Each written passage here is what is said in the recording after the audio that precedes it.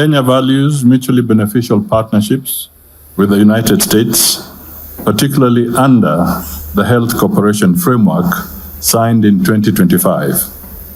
That advances Kenya's healthcare agenda and strengthens preparedness for global health emergencies.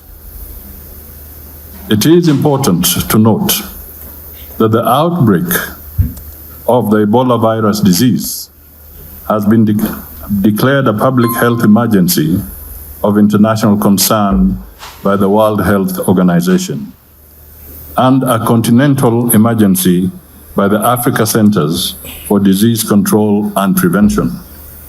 Kenya stands in solidarity with the countries affected by the Ebola outbreak and extends its deepest condolences to those who have lost loved ones.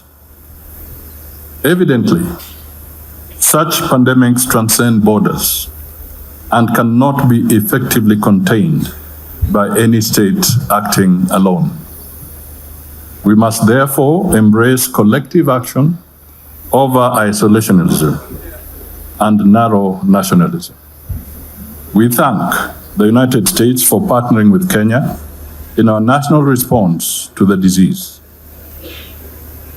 Since the outbreak was declared, Kenya has cumulatively screened 168,766 individuals to date. And so far, no case of Ebola has been recorded. We shall continue implementing these proactive measures for as long as it takes.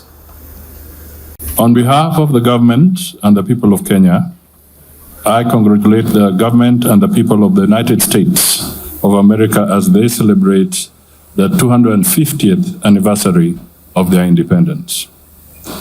We also thank the United States Embassy team in Nairobi under the leadership of Madam Burns for the commitment to strengthening our diplomatic ties and the gracious invitation to join you on this important day in America's history.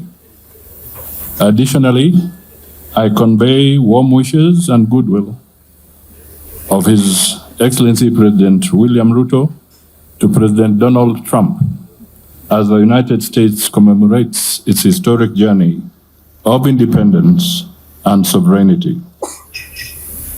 Our friendship and partnership are founded on long-held shared principles, including the rule of law, democratic governance, respect for human rights and freedoms, the fight against corruption, and cooperation in security, health, and trade. These shared values continue to strengthen our mutually beneficial cooperation. Your Excellencies, today the United States celebrates a significant experience of 250 years of self-rule and democratic governance.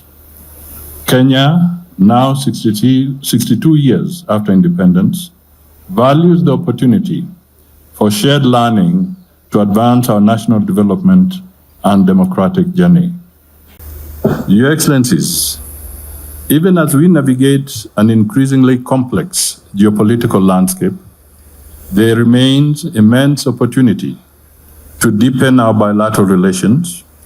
We must continue to promote trade and investment, including encouraging American private companies to choose Kenya as their preferred investment destination.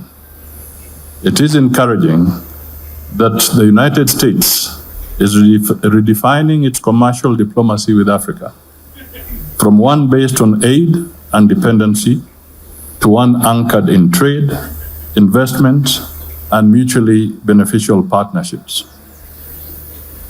In the light of this, Kenya looks forward to the timely conclusion of the dialogue on the bilateral trade agreement with the United States. Furthermore, Kenya looks forward to expanding our partnerships in manufacturing, energy diversification, the creative economy, security cooperation, digital technology, and collaborative research. Our relations continue to be strengthened through high-level visits and engagements, including the visit of the United States Deputy Secretary of State, Christopher Landau, early this year. We also acknowledge the high-level participation of the U.S. delegation at the 11th Our Ocean Conference in Mombasa. In this spirit, we look forward to the 4th session of the Kenya-US Bilateral Strategic Dialogue.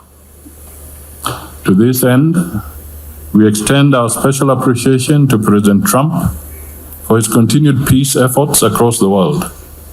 We welcome initiatives to resolve the Middle East crisis and dialogue towards a peaceful resolution of the Russia-Ukraine conflict. Similarly, the conflicts and humanitarian crises in Africa require coordinated global action. We urge our international partners, including the United States, to strengthen support for African Union-led peace initiatives. The resolution of this crisis will boost Africa's stability and economic progress. Kenya remains committed to its constitutional principle of holding free, fair, and on-schedule elections. Accordingly, as we approach the 2027 elections, this year's budget provides increased allocation to the Independent Electoral and Boundaries Commission.